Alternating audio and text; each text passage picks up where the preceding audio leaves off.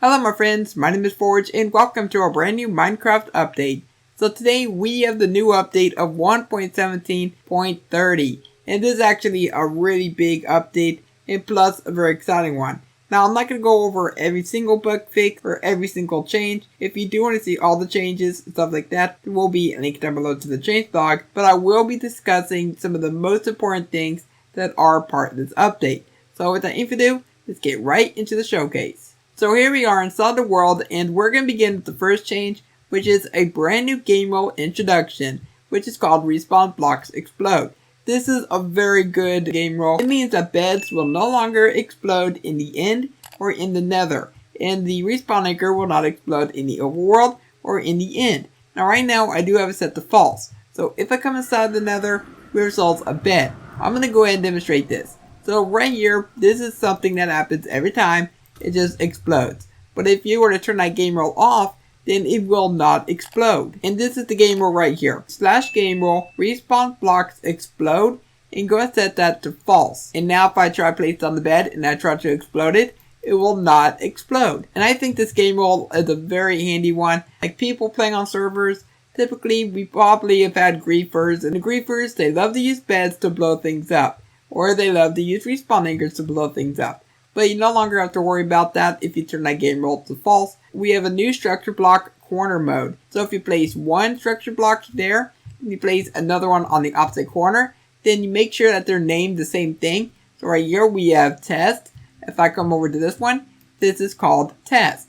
And if you place down a regular structure block, you can click detect, and it will detect both of those corners if you have the proper name inside of here. And if you do want to activate corner mode, it's located inside the mode section, and I think that this is much easier than the original way. We'd have to deal with the sizes, we had to do the offsets, and it would always take a while to get the right size. But now with the introduction of the corner blocks, while there is just one more step that you need to do, it's definitely going to be worth it in the long run. Just want to let you know though, that's completely optional. You still do the original way. That's just going to be a secondary option if you want to do it that way. Now next up, we have a bunch of changes that are in the experimental toggles. So make sure you turn on caves and cliffs so that way all of these do end up working. And to begin with, we have monster spawning. Monsters will now only spawn in complete darkness.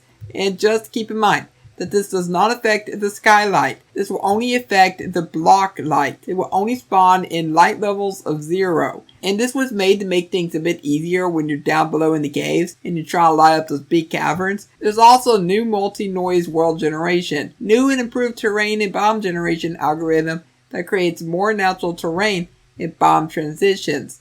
They improved the surface decoration that detects the difference between when blocks are generated underwater and underground.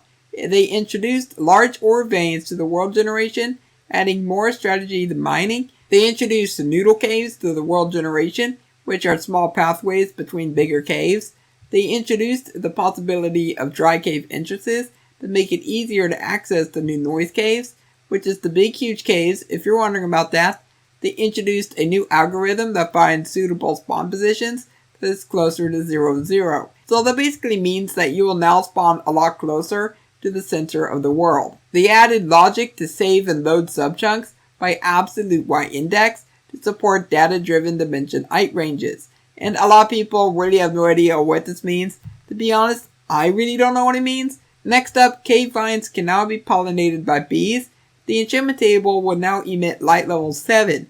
Originally, it was light level of 12. So they reduced that down to 7. They disabled bomb tinting for spruce and birch leaves. We got spruce leaves, we got birch leaves, and we also got azalea leaves. These are the 4 leaf types that do not change color when you're in one of these biomes. Now if you were to take a look at, let's say, oak leaves, the oak leaves, they become very ugly yellow. But however, spruce and birch and azalea leaves, they will not do that, which is very, very nice. So this means that you can have some lush leaves inside of your build creations. If you bone meal moss blocks, they will now replace tough blocks. Grass and water block tint colors, they are no longer slightly randomized with noise. Oh boy, this is a very nice change. Now as we all know, if you were in a regular Minecraft world, the blocks, they would look very ugly on the ground. They would look all rotated, and it just wouldn't make the grass or the water look very good. But now if you take a look at the grass and water, it does look so much better. They also made a change to when you use pick block, and they also made it so you can now use advanced pick block to copy a minecart with chest. Oh, this is a very nice change. I have always found it frustrating that when you add a minecart with loot inside of it, you could not pick block it. The only thing that you would get is the minecart and chest back, which is absolutely annoying. But now if I go ahead and do the advanced pick block, which is control and then I pick block it, then as you can now see, we have ourselves a minecart with chest. But if I were to place it down, I'm actually going to go and get rid of this one, and I'm going to place it down. We now got all the loot inside of there, which is very, very handy for many map makers out there, and it's going to be a really good change. Next up, as I mentioned earlier, monster spawners no longer emit light, and clock and compass items, they no longer function in the recipe book. A lot of people would go into the recipe book and they would use the clock icon or they'd use the compass icon to see what time of day it was or which direction that they needed to go in.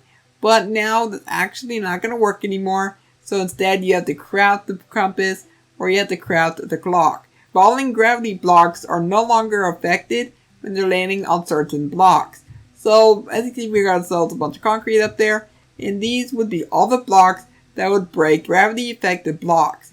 So as we all know, sand would break on these, anvils would break on these. Basically any block that would fall, it would break on top of any of these.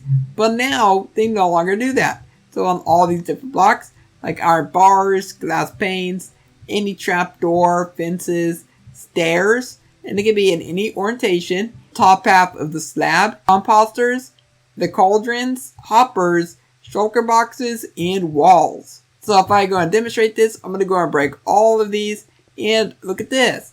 They do not break. Well, of course, trapdoors, they still break a little bit. But however, if you have the trapdoors opened up and you drop the block on top of there, then it will not break.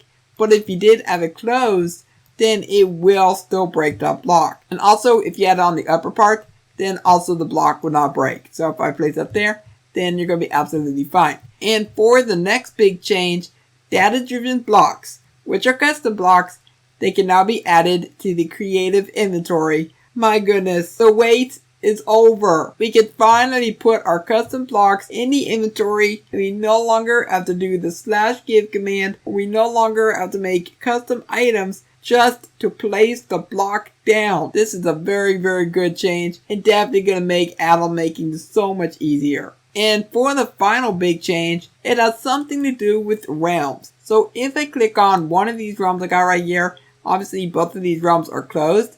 But if you take a look at this, we now have the opportunity of uploading 3 worlds at a time to our realms. Now right here we have my world creative. This is actually the secondary realm right here. So you can only choose between those 3 worlds for that specific realm. Now with that being said, that's basically it for everything in the new update of 1.17.30. But I do want to hear your thoughts down below in the comments on what you think of this update. If you guys enjoyed today's video, consider leaving a like, subscribe if you're new around here, and don't forget to turn on notifications. And I will catch you next time. Goodbye.